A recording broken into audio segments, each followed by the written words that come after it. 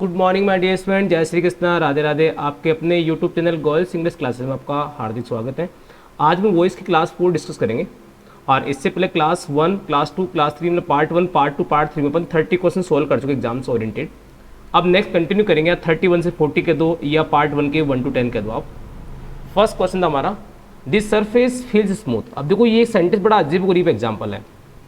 इसमें प्रॉब्लम क्या थी, इस सेंटेंस में यहाँ ऑब्जेक्ट नहीं है, यहाँ पे आपको एडजेक्टिव गिवन है और मोस्टली क्या हो जब पैसिव बनाते हैं तो ऑब्जेक्ट का होना कंपल्सरी होता है, बट यहाँ ऑब्जेक्ट की जगह कौन काम कर रहा है, एडजेक्टिव काम कर रहा है। तो इस तरह के सेंटेंस में क्या करना होता है, हमें सेंटेंस सब्जेक्ट शुरू करना होता है आपको एडजेक्टिव। देखो दिस सरफेस चारों ऑप्शन में आ रहा है आपका, बिल्कुल चारों में आ रहा है। उसके बाद देखो यहाँ प्रेजेंट सिंपल टेंस दिख रहा है आपको, और प्रेजेंट सिंपल टेंस का मतलब था आप यूज़ करेंगे इज, आर और एम के साथ वर्ब, इज, आर और एम। चेक करो इज आर एम कहाँ दिख रहा है आपको, इज आ रहा है, इज आ रहा है। डैट मीन्स आपका बी और सी ऑप्शन कट कर दो, बी और सी ऑप्शन कट कर दो आपका। फिर इसमें उस बी वर्ब के बाद आपको एडजेक्टिव पुट करना होता है, एडजेक्टिव पुट करना होता है आपको। देखो चेक करो कहाँ पे आ रहा है एडजेक्टिव आपका, यहाँ पे फेल्ड दिस कट हो गया, आपका राइट आंसर क्या हो गया, डी ऑप्शन। अब देखो मैं प्रॉपर बताता हूँ आपको इसका स्ट्रक्चर क्या रहता है।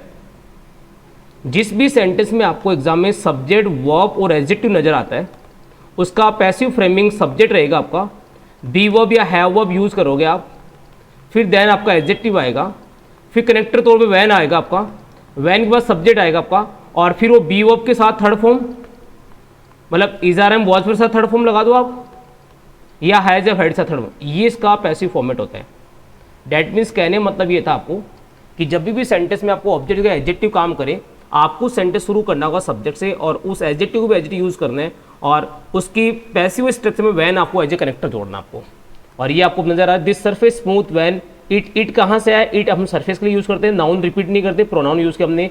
और इस फेल्ट यहाँ प्रेजेंट सिंपल टेंस था, इसके साथ वर्ब की आ गई थर्ड फॉर्म। ये बहुत वेरी इंपॉर्टेंट एग्जांपल्स है, बहुत बार आपके एग्जाम में रिपीट हो चुका, इसी को लिया मैंने यहाँ पे। सेकंड देखो, has somebody broken the gate. देखो तो क्वेश्चन मार्क आ रहा है आपका, सेंटेंस इंटरोगेटिव पहली बात तो, और शुरुआत आपकी हैज से हो रही है, has somebody broken the gate. अब नोटिस करने वाली बात है, हैज का हैज और हैव बनता है, तो ऑब्वियसली देखो हेड कट कर दो आप। फिर दूसरी बात ये भी थी, जब हैज भी 3 गिवन होता है हमें, तो उसके पैसिव में हमें एडिशनल बीन ऐड करना पड़ता है, बीन ऐड करना। अब देखो बीन कहाँ दिख रहा है, बिल्कुल बीन यहाँ दिख रहा है, बीन यहाँ दिख रहा है, और हैज बीन देखो दो हेल्पिंग पार्ट दोनों साथ में कभी नहीं आते। एक पार्ट पहले आता है, सब्जेक्ट पहले हेल्पिंग आएगा, फिर सब्जेक्ट, फिर बीन। अब चेक करो ये वाला पार्ट कहाँ दिख रहा है आपको, देखो हैज द गेट बीन और have the gate. Gate singular है, ऑब्वियसली हैव पॉसिबल नहीं है, आपका राइट आंसर क्या होगा, सी ऑप्शन आ जाएगा। मतलब पूरा फोकस आपको ऑप्शन पे रहना है और टेंस पे रखना, मेन फोकस टेंस पे करना आपको। और जो अजीब गरीब एग्जाम्पल मिलेंगे आपको, उनको आपको ऑप्शन से ही कट करना होगा आपको। जैसे फर्स्ट एग्जाम्पल था अपना जो मैंने आपको सॉल्व करके बताया यहाँ पे। Third exam the girls are making a noise. देखो are making is are am plus V4, is are am plus V4। इसके कन्वर्जन में आपको रिक्वायरमेंट है बीइंग की। अब पहले सर्च करो बीइंग कहाँ दिख रहा है आपको, देखो ए ऑप्शन कट कर दो आप, सी कट कर दो आप, डी कट कर दो, डेफिनेटली आपका करेक्ट ऑप्शन बी आ जाएगा। अब आपको इसमें कुछ मैच करने की जरूरत नहीं कि इसमें सब्जेक्ट आ रहा है, ऑब्जेक्ट आ रहा है, क्या आ रहा है, आपको इतना देखना इस बीइंग कहाँ दिख रहा था, मतलब हमें बीइंग वाला फॉर्म कहाँ दिख रहा है, डेफिनेटली बी में वो आपका करेक्ट ऑप्शन है। क्योंकि कई बार एग्जाम में ऑप्शन में ऐसा भी होता है जो आपको मैच नहीं करता, बट फिर भी हमें वही राइट आंसर माना जाता है एग्जाम का हमेशा। तो हमें मेन फोकस आपको टेंस पे करना होगा, मेन फोकस आपको टेंस पे करना होगा, आपका मेन फोकस टेंस पे करना होगा आपको। नेक्स्ट फिर कंटिन्यू करते fourth example, let him see the movie. देखो ध्यान रखना, लेट वाला जो भी एग्जांपल आता है उसमें 2 ऑब्जेक्ट होते हैं, लेट के बाद ऑब्जेक्ट आता है एक तो, और एक वर्ब के बाद ऑब्जेक्ट आता है। कंफ्यूज नहीं होना मैं, लेट के बाद जो ऑब्जेक्ट आएगा वो हमेशा बाई के साथ बाद में लिखा जाएगा, और सेंटेंस शुरू आप लेट से करोगे। लेट आ गया, ये ऑब्जेक्ट पहले आ जाएगा आपका, बी आ जाएगा, वर्ब की थर्ड फॉर्म आ जाएगी, और बाई के साथ में क्या आ जाएगा आपका ऑब्जेक्ट है, मतलब फर्स्ट जो ऑब्जेक्ट था वो आपका बाई के साथ में एडजेक्टिव यूज करेगी। ये इसका पैसिव फॉर्मेट होता है आपका। अब मैच कर लो, देखो आपका बी कट हो गया और डी कट हो गया। लेट हिम पॉसिबल नहीं, मैंने कहा लेट के बाद जो ऑब्जेक्ट आएगा वो तो सेंटेंस के लास्ट में जाएगा आपका, तो डेफिनेटली आपका सी भी कट हो गया और आपका राइट आंसर क्या होगा, ये होगा। ये आपके इंपरेटिव सेंटेंस कैटेगरी में आते हैं लेट वाले एग्जांपल। इसमें क्या होता है, डबल ऑब्जेक्ट आता है, एक तो लेट के बाद ऑब्जेक्ट आता है, एक वर्ब के बाद ऑब्जेक्ट आता है, और ये सारे एग्जांपल कंफ्यूज करते हैं कि हमें कहाँ कौन सा ऑब्जेक्ट यूज करना है। तो लेट के जस्ट बाद जो ऑब्जेक्ट होगा वो हमेशा सेंटेंस के लास्ट में जाके यूज होता है हमेशा, ये चीज रिमाइंड करनी है आपको। और हिम का हिम ही रहेगा, ही नहीं करना, क्योंकि मोस्टली अपन पैसिव पढ़ते हैं कि हिम का ही बनता है, ही का हिम बनता है, बट हमें पता है कि प्रेपोजिशन के बाद बाय, ऑन, इनटू, इन के बाद प्रेपोजिशन के बाद ऑलवेज ऑब्जेक्टिव केस आता है। ऑलवेज ऑब्जेक्टिव के साथ है, इसमें कोई इफ और बट नहीं है, कोई एक्सेप्शन इस बात का। प्रेपोजिशन के बाद हमेशा कौन सा के साथ है, ऑब्जेक्टिव के साथ है, हमेशा ऑब्जेक्टिव के साथ है। क्लियर है? चलो नेक्स्ट फिफ्थ एग्जाम्पल देखो, व्हाट अम्यूज्ड हर। देखो सेंटेंस आपका इंट्रोगेटिव वर्ड से शुरू होगा, ऑब्वियसली व्हाट आ रहा है, व्हाट आ रहा है, बाय वर्ड। अब हमें पता है व्हाट वाले सेंटेंस में भी कभी जैसे हु वाले सेंटेंस में कभी आपका सब्जेक्ट नहीं होता, वैसे ही व्हाट वाले सेंटेंस में भी कभी सब्जेक्ट यूज नहीं होता, क्योंकि यहाँ खुद सब्जेक्ट काम कर रहा हमारा ये। तो ऑब्वियसली बाई को हम पहले यूज कर रहे थे, बाई वर्ड, तीनों पॉसिबल हो रहा है, एक कट कर दो आप। फिर सेकंड थिंग, डब्ल्यूएच वर्ड के बाद में क्या चाहिए, मैं हेल्पिंग ऑफ चाहिए।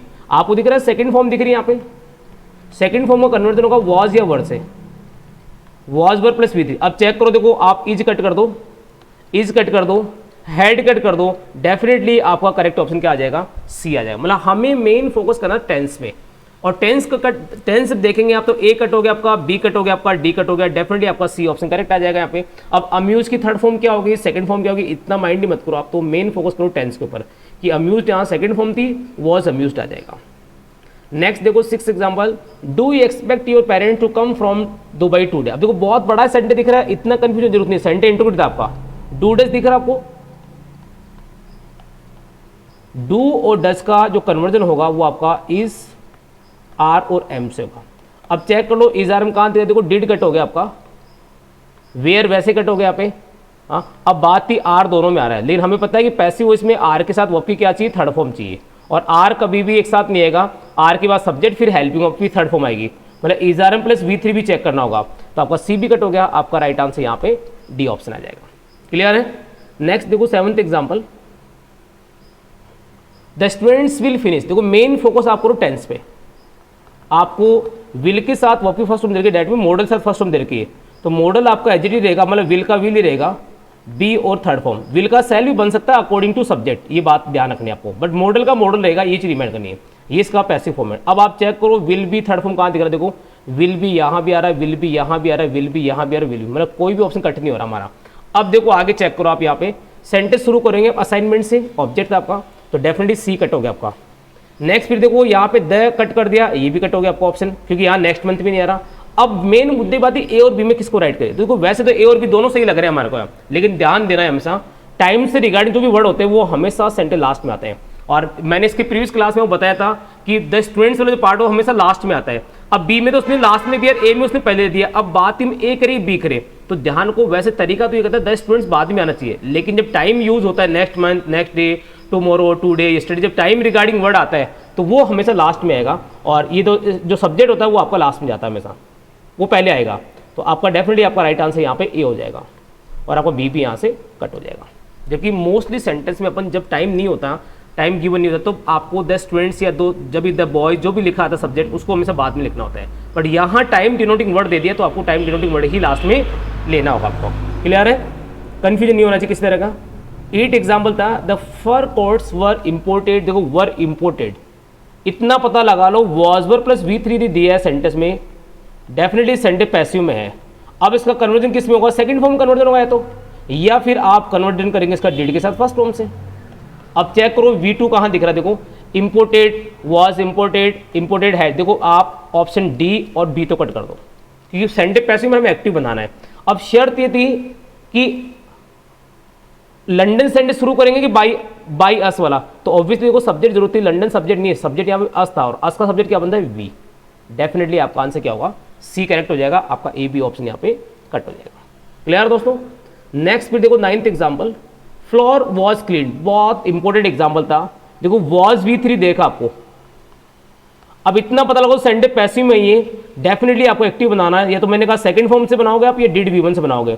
अब मेन प्रॉब्लम ये थी कि सब्जेक्ट नहीं है यहाँ पे, और मैंने बता रखा वो पहले, someone, somebody, something, no one, nobody, nothing, anyone, anybody, anything, और एवरीवन, एवरीबडी, एवरीथिंग, ये सारे सब्जेक्ट अनइम्पोर्टेंट होते हैं, इनको कभी भी पैसिव में बाई के साथ यूज नहीं करते हम। अब शर्त ये थी, यहाँ पे देखो आपका द फ्लोर कट हो गया, और आई तो मेन से पॉसिबल नहीं। अब बात थी क्लीनर करे कि समवन करे, तो ध्यान रखना फर्स्ट प्रायोरिटी हम देंगे समवन को, क्योंकि हमें पता नहीं इस वक्त क्लीनर ही होता सेंटेंस में जनरल लिखा हुआ आता है, बाई के साथ बाई द क्लीनर लिखा आता है, इसलिए हम समवन प्रायोरिटी देंगे, someone clean the floor.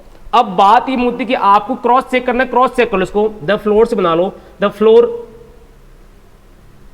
Floor आ गया, और क्लीन सेकंड फॉर्म थी वॉज क्लीन, और मैंने कहा समवन को लिखने रिक्वायरमेंट नहीं है, तो आपका डी यहाँ करेक्ट ऑप्शन आ जाएगा, ए भी आपका कट हो जाएगा। नेक्स्ट और लास्ट क्वेश्चन था आज के सेशन का, girls have taken interviews to validate the claim. देखो हैव V3, अब ऑब्वियसली बात है जब भी हैज या V3 आएगा आपको उसके पैसिव कन्वर्जन में बीन की रिक्वायरमेंट होगी। अब चेक करो बीन कहां दिख रहा है, देखो आपको फर्स्ट कट कर दो, आप सी कट कर दो, आप हैव कट कर दो, डेफिनेटली आपका राइट आंसर क्या होगा, बी आ जाए। The interviews have been taken to validate the claim. Clear दोस्तों, तो ये अपना मोटिव है कि हर सेशन में 10 क्वेश्चन इंपॉर्टेंट डिस्कस करेंगे जिनके थ्रू अपन एग्जाम्स के ओरिएंटेड जो एग्जाम्पल्स आएंगे उनको प्रूव करेंगे कि आपको किस तरह एग्जाम में आंसर पुट करना है और किस तरह ऑप्शन एलिमिनेट करना है। मतलब मेन फोकस आपको ऑप्शन एलिमिनेटिंग पे रहेगा। और जिन भी स्टूडेंट को और रिक्वायरमेंट पैसिव्स की या एक्सरसाइज की, तो देखो उसके लिए मैंने यहाँ पे प्रैक्टिस वर्कबुक बना रखी है पर्टिकुलर एक्टिव पैसिव को लेके, पर्टिकुलर एक्टिव पैसिव लेके, और इसमें 1025 क्वेश्चन का कलेक्शन दिया हुआ है जिसको आप गोयल्स इंग्लिश क्लासेस का ऐप डाउनलोड करके वहां से प्ले स्टोर से परचेज करते हैं। बहुत बेहतरीन प्रैक्टिस हो जाएगी आपकी, क्योंकि देखो एक्चुअल में बात क्या होती है, आपको टॉपिक पढ़ने के बाद जरूरत पड़ती है प्रैक्टिस की।